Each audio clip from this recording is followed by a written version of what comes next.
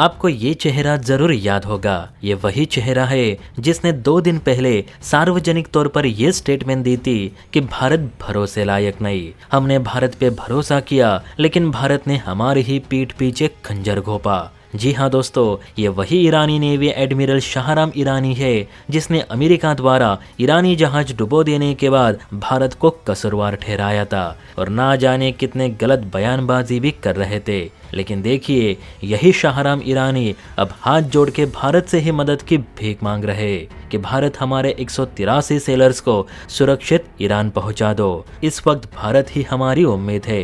अब ऐसा भी क्या हुआ कि कल तक भारत की आलोचना करने वाला आज भारत से ही मदद मांगने लगा। चलिए विस्तार से समझते। देखिए, इरिस डेना को अमेरिकी फास्ट अटैक सबमरीन ने डुबो देने के बाद ईरान की फटी पड़ी है कि कहीं अमेरिका और एक ऐसा हमला ना कर दे, क्योंकि ट्रम्प ने कसम खाई है कि वो ईरान की नेवी को मिटा कर रख देंगे। फिर चाहे ईरानी जहाज किसी भी समुद्री क्षेत्र में क्यों न हो, वो बच नहीं पाएंगे। अब इसी बीच ईरान का और एक जहाज भारत में मौजूद है जिसका नाम इरिस लावन है।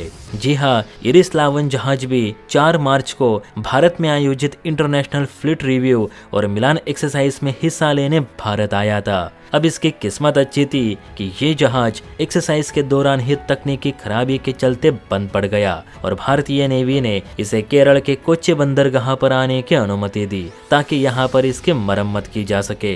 अब चूंकि इस जहाज की मरम्मत पूरी हो चुकी है और ये जहाज समंदर में सफर करने के लिए तैयार भी है, लेकिन ये जहाज बिना सुरक्षा के हिंद महासागर में निकलना नहीं चाहता। वजह आपको पता है। दरअसल इस जहाज पर भी 183 ईरानी सैनिक मौजूद है और जाहिर सी बात है कि ये खबर अमेरिका तक पहुंच चुकी होगी कि और एक ईरानी जहाज इस वक्त भारत में मौजूद है। तो हो सकता है कि इरिस डेना की तरह अमेरिका इसे भी निशाना बनाना चाहता हो। वैसे भी इरिस लावन ईरान की नौसेना का एक लॉजिस्टिक सपोर्ट जहाज माना जाता है। इसका काम सीधे लड़ाई करना नहीं बल्कि नौसेना के दूसरे जहाजों को मदद देना होता है, जबकि इरिस डेना तो एक मिसाइल फ्रिगेट था। फिर भी अमेरिका ने एक झटके में उसके 2 टुकड़े कर दिए। फिर तो ये जहाज अमेरिका के लिए खिलौने से कम नहीं। अब यही कारण है कि ये जहाज और इस जहाज पर मौजूद सभी क्रू मेंबर्स डरे हुए हैं कि वो अगर ऐसे ही बिना सुरक्षा के हिंद महासागर में गए तो अमेरिका उनकी भी गेम बजा देगा।